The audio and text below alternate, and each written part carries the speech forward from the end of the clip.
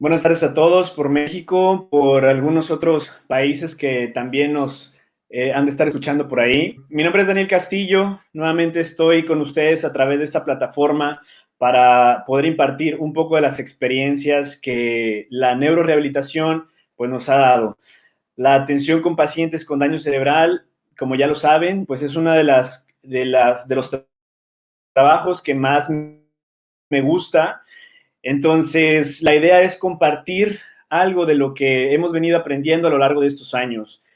Este tema, el cual he titulado Tecnologías de la Información en Neurorehabilitación, como siempre me gusta explicar un poco del por qué elijo los temas, quiero compartirles que a lo largo de los años han estado evolucionando las tecnologías, la ciencia, y hoy por hoy, dentro de los sistemas de salud, se ha reforzado mucho más esta parte de los avances científicos y tecnológicos para que precisamente podamos valorar, tratar y diagnosticar a nuestros pacientes de una manera más eficaz.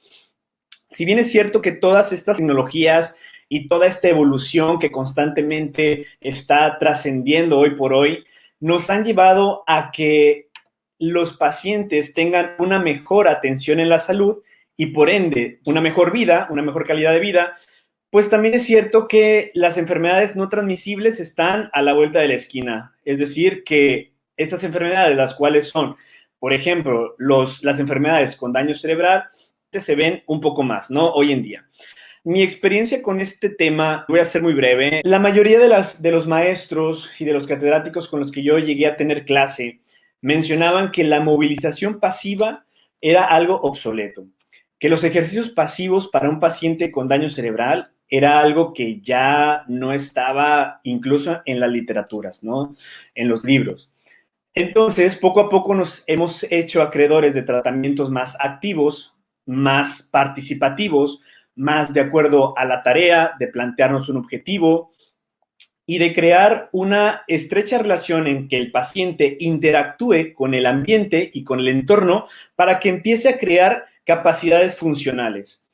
Pues bien, si era cierto que las movilizaciones pasivas y los ejercicios asistidos de alguna manera ya no era lo que en teoría estaba hoy por hoy, el día que yo llegué a ver un sistema tecnológico de movilización pasiva o autoasistida de un movilizador de tobillo, rodilla, cadera, pues mi pregunta principalmente fue, ¿qué estará pasando? ¿Estaremos retrocediendo un poco a los tratamientos que, si bien en un momento dado ya no queríamos utilizarlos, me refiero a las movilizaciones pasivas, pues ¿qué está pasando con la tecnología que nos está devolviendo esto que ya no estábamos actuando con nuestros pacientes? Cuando yo vi estos movilizadores, pues era mi pregunta y mi incógnita, ¿no? De qué es lo que va a pasar ahora, si el futuro pretende solucionar, evidentemente, problemas y más en el ámbito de la rehabilitación, problemas con una limitación. ¿Qué estará pasando ahora que los científicos o los avances tecnológicos estén volviendo a un tratamiento que de alguna manera era pasivo o autoasistido? Esa es la experiencia por la que empecé a indagar un poco más sobre este tema y ahora vamos a aclarar un poco cuáles son las bases o los fundamentos que tienen estos científicos y también otro de los objetivos de esta charla es ver cómo de alguna manera las tecnologías de la información y la comunicación hoy por hoy son un ejemplo de una solución, de una alternativa que está al alcance de nosotros y que nos va a llevar a poder atender al paciente, nos va a tener que ligar al usuario. Es verdad que a través de las redes, a través de las plataformas, es mucho más fácil la comunicación. Entonces, la idea de esta charla es también conocer la importancia que tienen estas tecnologías y sobre todo la importancia que nosotros como profesionistas de la salud tenemos que tomar en cuenta para dar un mejor servicio. Me gustaría dejar algo muy en claro. Existen varios sistemas de atención al usuario y el que mayor conocemos nosotros es el tratamiento interdisciplinario. Los equipos interdisciplinarios constan o están formados por varios profesionistas y estos profesionistas abordan al paciente, interactúan con él, lo evalúan, lo diagnostican y lo tratan. Vamos a quedarnos con el equipo transdisciplinario, que es el que actualmente, hoy por hoy, es el que se lleva a cabo en centros de atención, tanto públicos como privados. Y este equipo transdisciplinario nos habla de que los profesionistas de la salud, tanto fisioterapeutas, terapeutas ocupacionales, terapeutas del lenguaje, psicólogos, enfermería, todos tienen que tener un poco de conocimiento de cada una de las áreas de las cuales se va a tratar el paciente. Qué interesante esto, porque imagínense en una sala de atención al paciente, cómo puede estar interactuando un profesionista, un terapeuta físico, con un terapeuta de lenguaje y tal vez esté también presente el terapeuta ocupacional. Y estos tres empiezan a abordar de alguna manera al paciente, a comentar sobre su tratamiento. Y bien, aquí dejo una imagen de un paciente con parálisis cerebral infantil que maneja a la perfección su celular o que maneja todo el tiempo una tablet. Yo creo que las tecnologías de la información y de comunicación hoy por hoy van a ser un claro ejemplo de una solución y una alternativa, porque la capacidad que tiene este paciente para poder interactuar con la sociedad, para poder interactuar con otras personas desde el mundo en el cual está desarrollando día con día sus actividades. Pues bien, la primera pregunta que me gustaría que nos hiciéramos es, ¿qué tratamos nosotros a un paciente con daño cerebral? ¿Cuáles son las áreas que nosotros nos enfocamos como terapeutas físicos o como terapeutas ocupacionales? Pues bien, yo he escrito algunas que no son las mismas de la clase pasada, por cierto, para los que estuvieron por ahí en la clase anterior, he escrito diferentes. Y una de las cosas que nosotros tratamos en pacientes con daño cerebral o con un trastorno motriz, si bien es la parálisis, la rigidez, movimientos incoordinados o débiles, también tratamos esos impedimentos cognitivos que tiene nuestro paciente, como la atención, la memoria, el aprendizaje, la deficiencia intelectual y también los impedimentos en la comunicación. A pesar que nosotros, vuelvo a lo mismo, que seamos una profesión de fisioterapeutas o de terapeutas ocupacionales o terapeutas de lenguaje, sí o sí debemos de conocer estas otras vertientes de las otras ramas y otras profesiones, porque al final la neurorehabilitación como tal no solamente engloba una sola área, y es aquí una de las bases por las que las tecnologías de la información han cobrado mayor importancia en los últimos años. Y no puedo dejar de describir la definición de neurorehabilitación, porque es algo muy importante. En color rojo he colocado algunas palabras clave que nos van a ayudar a entender que la neurorehabilitación no solamente es un proceso del desarrollo físico, no solamente vamos a trabajar con el paciente las cuestiones físicas, musculares, articulares, sino que debemos de entender el concepto que es un abordaje global, en donde también el desarrollo mental y social deben de ser de suma importancia. La persona y el entorno es la base para la neurorehabilitación, y una vez que nosotros empezamos a desarrollar diferentes herramientas de técnicas, de métodos o conceptos, no podemos quitar de vista el objetivo y la visión que tenemos en que el paciente debe de tener esa participación con el entorno para poder reintegrarlo a la sociedad, a la vida laboral, en otro sentido. ¿Cómo definimos las tecnologías de la neurorehabilitación? Pues son herramientas que nos van a ayudar a valorar, a diagnosticar y a tratar los problemas neurológicos a través de equipos de telecomunicación y ordenadores. Esto implica tanto la informática, la electrónica y evidentemente las telecomunicaciones, como lo hemos visto. Entonces, estas tecnologías nos van a ayudar a crear esta solución para las necesidades no solamente individuales del paciente, sino también con las personas que se encuentran a su alrededor, es decir, con la sociedad. Y los objetivos en los cuales va encaminado estas necesidades, pues evidentemente son las capacidades cognitivas, las capacidades que contribuyen a las destrezas manuales, a que llegue el paciente a ser independientemente funcional y que tenga una relación tanto interpersonal como con el entorno. Ahora bien, existen una clasificación para las tecnologías de la información y estas, como ya lo hemos mencionado, son diagnósticas, terapéuticas, mixtas diagnóstica terapéuticas, las compensadoras o asistenciales y las tecnologías mixtas terapéuticas compensadoras. Un ejemplo, por decir, de las tecnologías que tenemos de diagnóstico, los sistemas de goniometría electrónicos o también los sistemas de valoración de análisis de la marcha, que nos ayudan a interpretar de una manera más precisa la cinética, la cinemática, de cómo se involucra los pasos o las fases de la marcha de una manera más analítica. Un ejemplo de las tecnologías terapéuticas, la robótica, la realidad virtual, que es el tema que vamos a profundizar un poquito el día de hoy. Tenemos también los sistemas de entrenamiento de propiocepción, estos posturógrafos que hoy por hoy analizan de alguna manera la estabilidad o el balance que tiene nuestro paciente con una alteración vestibular.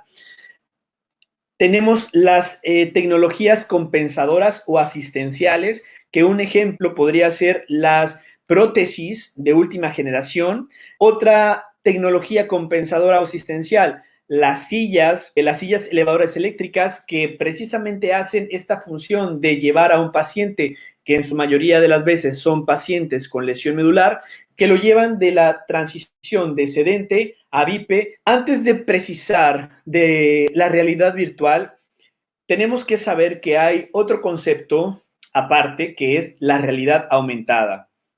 Y la diferencia de una a otra es que en la realidad virtual nosotros estamos percibiendo un entorno totalmente externo, totalmente fuera de, ahora sí que valga la redundancia, de la realidad en la cual nos encontramos en ese momento. Generalmente se usa o se puede trabajar a través de unas gafas o a través de plataformas, de cascos, en donde colocamos al paciente en una situación totalmente fuera de una realidad, ¿verdad? Algo que no se encuentra, que no es real. Por ejemplo, puede ser un mundo, no sé, por ejemplo, los videojuegos que hoy en día hay, los de zombies o los de guerra, que te transportan o te trasladan a un mundo totalmente fuera de sí, ¿no? La realidad aumentada, como su nombre lo dice, es aquella plataforma o aquel sistema en el cual se van a agregar un entorno, se van a agregar situaciones a la vida real. Un ejemplo muy claro que tenemos de la realidad aumentada, por ejemplo, son los filtros de Instagram, de Snapchat, los filtros que ahora tenemos en estas aplicaciones de hoy en día, los TikTok. Y bueno, aquí les dejo esta imagen del filtro del perrito que fue muy famosa y que, por cierto, hubo un reto por ahí, un challenge que decía que pusieras, ¿no?, tu celular y a ver si no te aparecía al lado otra persona. Y bueno, aquí esta representación, ¿no?, del filtro. Esa es una realidad aumentada. Aquellos soportes, sistemas o cosas que se le agregan a lo que ya existe, al entorno. Otro ejemplo de una realidad aumentada podría ser aquellas aplicaciones que te muestran por ejemplo, una casa y que en esa casa tú le puedes ir agregando los muebles, le agregas los cuadros para que te dé una idea de cómo podría ser en un futuro esa casa, ¿sale? esa es la diferencia de la realidad virtual a la realidad aumentada. La realidad virtual, ¿qué es? Pues es, como lo había dicho antes, es un sistema que hace alusión a una realidad paradójicamente irreal y que trata de la representación de la realidad generada por un ordenador. La realidad una de otra, pero ambas el usuario puede navegar y participar adecuadamente. Y es algo que mencionaba hace un momento. En este tipo de sistemas, el paciente puede llegar a participar y esto abre el camino para que áreas cerebrales se puedan despertar y sea de una manera más enriquecedora para la hora de hacer un movimiento. Entonces, el componente de retroalimentación multisensorial presente en el entorno virtual permite entrenar estrategias y mecanismos de anticipación posturales anticipatorios, que ya es un tema que hemos estado abordando anteriormente, y que es esta parte del sistema nervioso, esta capacidad que tiene para poder determinar mucho antes de que o es decir, un segmento corporal, pues ya existen señales que manda el que pueda activarse, ¿sale? Ahora, investigaciones acerca de la realidad virtual me ha llamado la atención es una que trata acerca de la coordinación y el balance en pacientes con evento vascular cerebral y que bien es precisamente a través de esas plataformas. Por ahí también voy a dejar los links y pueden observarlos más adelante. Ahora bien, esta imagen del libro de neurociencia me gusta mucho porque nos representa las áreas cerebrales de una manera muy simple, muy sencilla. Nos habla de la corteza parieto-occipital, de una corteza somatosensorial, de una corteza motora y de una corteza suplementaria y de la motora. Aquí tengo el puntero y recordemos que la corteza parietal principalmente se va a encargar de identificar el objetivo, de identificar esa situación en la que el entorno nos va a poner un objetivo, ¿sí? Sin embargo, las áreas secundarias motoras, como la suplementaria y la premotora, son las que van a codificar y planear cuál va a ser el programa que va a tener que hacer el paciente o nuestro cuerpo para poder desencadenar ese acto motor, el cual va a ser controlado por la corteza motora, ¿sí? No olvidemos esta parte porque más adelante nos vamos a dar cuenta cómo la realidad virtual puede afectar positivamente estas áreas sin tener que controlar un movimiento como tal. Ahora, en esta imagen que observamos, que se muestra unas áreas en las cuales a través de una tomografía computarizada se muestra cuando el paciente solamente mira, ¿sí? Como la corteza visual evidentemente está ahí activándose fuertemente, como el área de Broca y de Wernicke, ¿sí? En una región temporoparietal, ¿sí? A la hora de escuchar y hablar, pero vamos a observar cómo se activan estas áreas cuando el paciente se pone simplemente a pensar. Fíjense el tamaño de las áreas que se activan cuando este paciente solamente está imaginando una tarea motora. Ahora bien, en la realidad virtual, si bien es cierto, muchas veces antes de que se ejecute el movimiento, el paciente ya está identificando un objetivo y ya está planificando una tarea. Esta es una de las hipótesis de las cuales se fundamenta la realidad virtual, conocido mejor como el feedback sensorial. Y quiero citar aquí una frase del concepto Bobat, o bueno, de los Bobat, que dicen que los movimientos, que el cerebro no sabe de un movimiento en sí. El cerebro no sabe de músculos específicos, que bien hay movimientos, sino de la sensación del movimiento. Y esto es el feedback sensorial, porque el sistema nervioso central tiene esa capacidad para poder controlar de una manera coordinada, directa, específica, selectiva, y sobre todo económica el movimiento que quiere hacer. Cuando uno se mueve, hay una retroalimentación constante de esa sensación que se está produciendo al moverse el cuerpo, que le dice a mi sistema nervioso central cómo es el camino correcto para llevar mi mano, mi pie, mi boca, etc. Un ejemplo, si yo me quiero levantar, ¿sí?, del asiento, sin embargo, mi área de sustentación y mi base de apoyo están demasiado amplia, pues evidentemente voy a batallar para poder levantarme. Pero esa sensación que está representándose o que está generándose en mi sistema nervioso central me va a ir indicando cómo puedo yo ser más económico para ese movimiento. ¿Cómo puedo yo disminuir mi base de sustentación, mi área de apoyo para poder yo realizar ese movimiento? Entonces, existe una relación entre la capacidad de reconocer, de tener un seguimiento visual, de identificar visualmente cómo es ese objetivo, y por ende se va a crear el programa motor para poder ejecutarlo. Espero que vayan siguiéndome un poco con lo de la realidad virtual, que es un entorno que no existe y que se le está colocando al paciente para que imagine o crea que hay una realidad.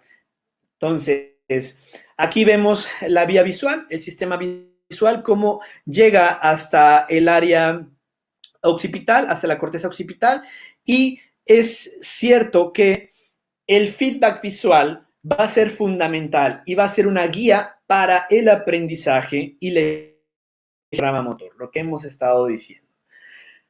Ahora bien, no podemos dejar a un lado los sistemas, aunque estemos hablando del sistema visual, no podemos dejar a un lado el sistema vestibular y el sistema propioceptivo, ya que estos están muy relacionados con los movimientos de rotación de la cabeza y que cuando la cabeza gira, es verdad que hay una relación entre la angulación de la línea, ya sea vertical, horizontal, o dependiendo hacia dónde se dirija nuestra visión, y por ende va a tener que interpretar nuestra corteza esta información, codificarla y crear un componente, ya sea fásico o tónico, de la musculatura.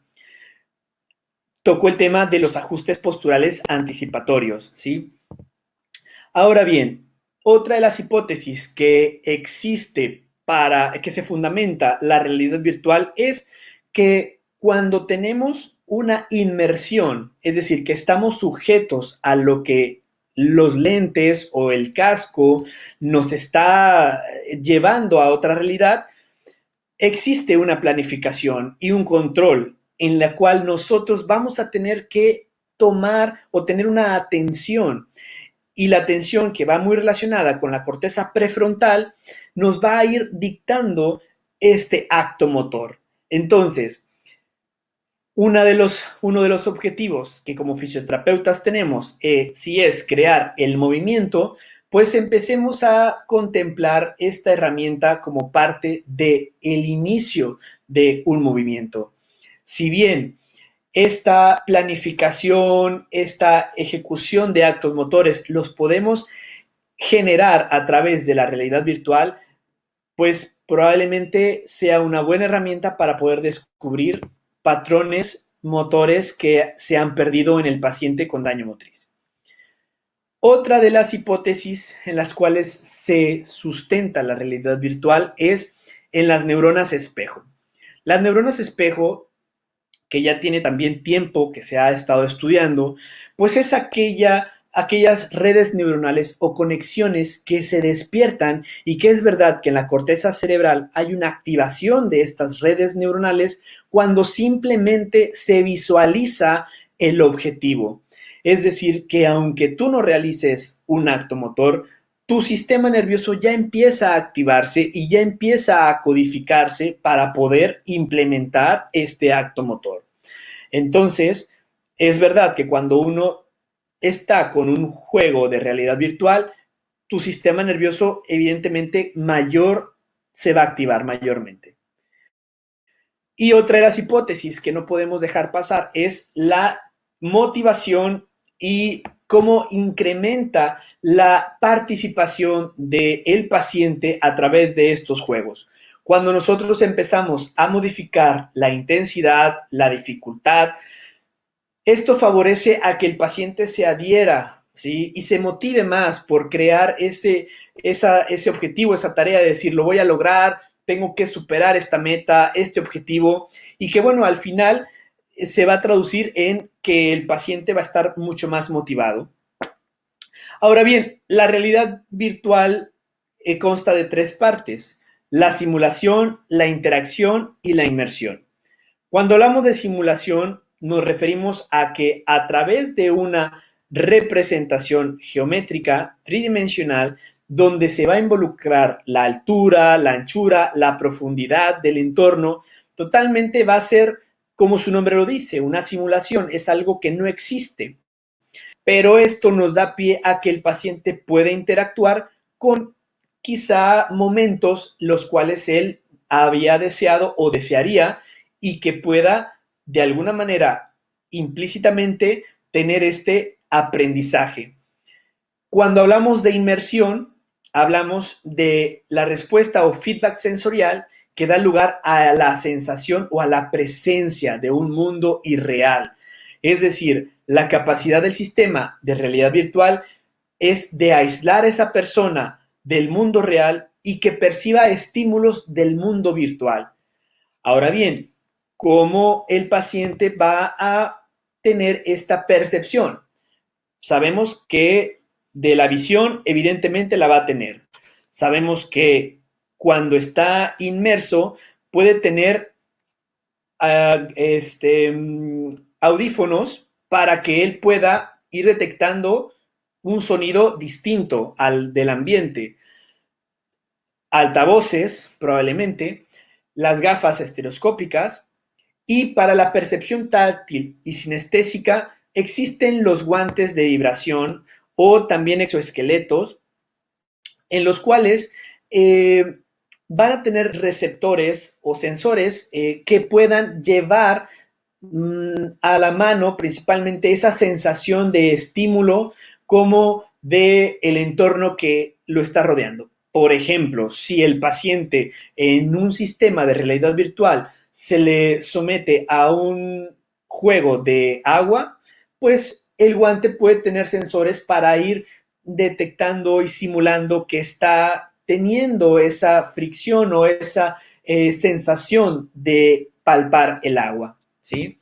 O si está quizá a lo mejor escalando, tal vez el guante tenga esa manera de poder hacer que perciba el paciente su mano para que pueda detectar como si estuviera tocando algunas rocas, ¿sale? Aquí tenemos otro video, espero que no tenga problemas con este otro video en donde se observa cómo el paciente está interactuando a través de unos visores de realidad virtual y cómo en una clínica de terapia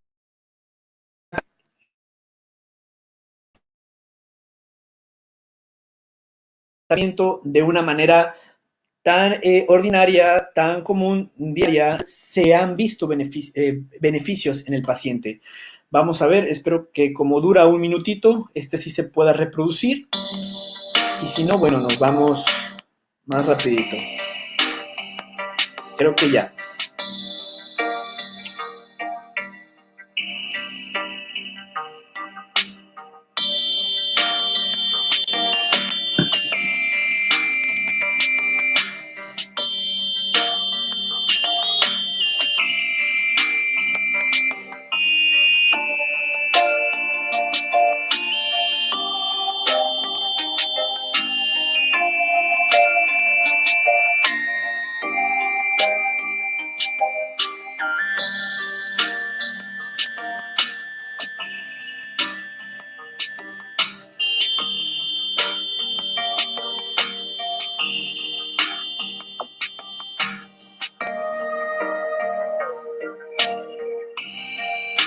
Bueno, y aquí está la clínica.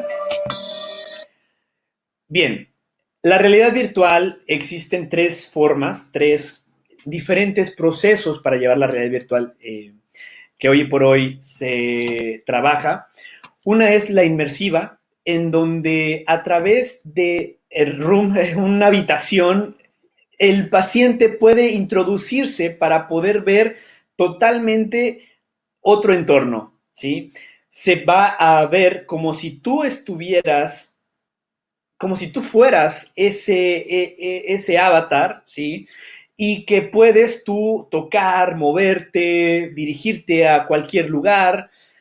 Esto generalmente una de las herramientas que se utilizan hoy por hoy son las gafas Oculus Rift y se implementan para el estudio de las alteraciones visoevestibulares en la percepción del movimiento, sobre todo en alteraciones de la marcha para pacientes con Parkinson, ¿sí? Pacientes en silla de ruedas, pacientes con lesión medular y también pacientes que presentan dolor por quemaduras. Son dispositivos periféricos de sensores y que a través de los cascos y gafas de realidad virtual, además de guantes, vas a percibir totalmente otra dimensión, ¿sí? La semi-inversiva de proyección, al igual que la semi-inversiva de segunda persona, son plataformas muy similares que nos hablan que tú ves al avatar, es decir, tú ya no eres el avatar que está o que se encuentra en esa plataforma. Tú ves al avatar y en ese avatar tú lo vas a ir controlando de acuerdo a los movimientos que tú vayas a realizar. Por eso dice aquí, el usuario se visualiza dentro del mundo virtual a través de una pantalla, sin perder el contacto con el mundo real. Es decir, tú sigues en el mundo en el cual te encuentras, ¿sí? En el salón donde tú estás, pero virtualmente tú vas a poder mover o manipular a la persona. Entonces, esa es la diferencia del inmersivo al semi-inmersivo, ¿sí? Ahora bien, hay otra herramienta que es la realidad virtual no inmersiva y esta es generalmente dada a través de videojuegos. Por ejemplo, tenemos el Kinect, que se puso muy de moda y que es un sistema el cual me permite a mí que el paciente interactúe en un videojuego y que pueda manipular tal y como yo quiera al avatar que se encuentra en la pantalla. Un ejemplo, tenemos los videojuegos de dance, de baile. También tenemos los videojuegos estos donde te colocas en una, como en un barco y vas moviéndote de un lado hacia otro para evitar los obstáculos. Estos son realidad virtual, son sistemas de realidad virtual no inmersiva, ¿ok? Ahora bien, dentro de los criterios de exclusión, evidentemente no todos los pacientes pueden llevar a cabo este tipo de realidad virtual, este tipo de herramienta. Los pacientes con deterioro visual grave, pues evidentemente no van a tener este feedback o esta retroalimentación visual. Los pacientes que rechazan la técnica, hay pacientes que no les gustan los videojuegos, pacientes que no les gusta para nada el estar frente a una pantalla y jugar, es verdad. Pacientes con deterioro cognitivo severo, porque evidentemente no van a saber la tarea. Como ya lo hemos mencionado, uno de los objetivos que se llegan a dar es gracias a la participación y si el paciente no tiene esta interacción con la realidad virtual, pues evidentemente no se va a crear el objetivo. Los pacientes con espasticidad severa, en un grado 3 en escala de Ashworth, también son pacientes que difícilmente van a poder controlar las actividades motoras que se le implique. Y pacientes con epilepsia fotosensible, que evidentemente es un criterio de exclusión. Estas son las gafas Quadboard de Google, en donde de verdad es unas gafas que a lo mucho estarán costando 50 pesos mexicanos. En el mercado de Amazon y de otras plataformas de compras lo pueden tener y son unas gafas de cartón que le colocas tú el celular y a través de algunas aplicaciones puedes tú interactuar y jugar con el paciente. Es lo más económico que hay, lo más sencillo y lo más fácil para poder abrir y descubrir tanto un campo tan amplio que es esta herramienta. Esta imagen me gusta mucho, la vi por internet y me ha gustado mucho, y que es un paciente que está recibiendo quimioterapia y le han colocado unas gafas de realidad virtual. Evidentemente, creo que el tratamiento de la quimioterapia aunado con un tratamiento de realidad virtual va a mejorar tanto en las condiciones motivacionales principalmente, y posteriormente alejarlo un poco de esto tan abrumador que es la quimioterapia, ¿verdad?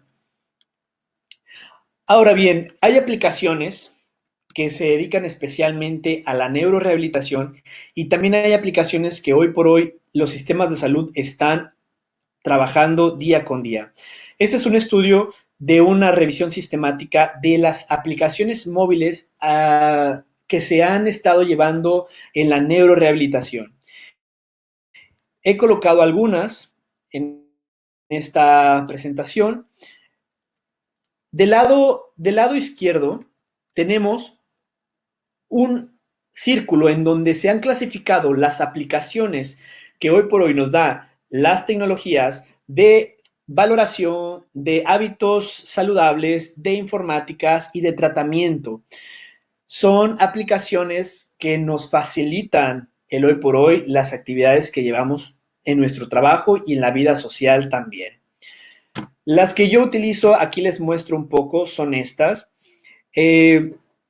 NeuroWiz es una aplicación que me gusta mucho porque te da los criterios que tienes que conocer para evaluar, por ejemplo, un paciente con lesión medular. Te dice los segmentos nerviosos, te dice hasta dónde, qué músculos inerva. Es muy recomendable, la verdad. Fisioterapia a tu tiempo es una aplicación de ejercicios en la que yo utilizo muchas veces para darle a mis pacientes un programa de ejercicios. Esta aplicación te muestra ejercicios de espalda, de miembro superior, de miembro inferior, y muy fácil, tú puedes darle screenshot y puedes mandarle a tus pacientes, o incluso las puedes enviar directamente a través de quizá el WhatsApp, a través de otras aplicaciones, los ejercicios que le quieres recomendar al paciente. Midiendo el ritmo de los ejercicios que tú le vas colocando a tu paciente. Recordemos que es muy importante cuando aplicas una serie de ejercicios a tu paciente para ver sobre todo la capacidad cardiorrespiratoria. El NeuroScore, esta es otra aplicación que nos muestra, junto con la de NervWiz, una serie de valoración de los nervios y sobre todo de enfermedades más específicas, como por ejemplo, te viene información del Parkinson, te viene información del esclerosis múltiple, de Guillain-Barré, como tal, y te ayuda a valorar con algunas escalas, que bien son a través de la web, a tu paciente.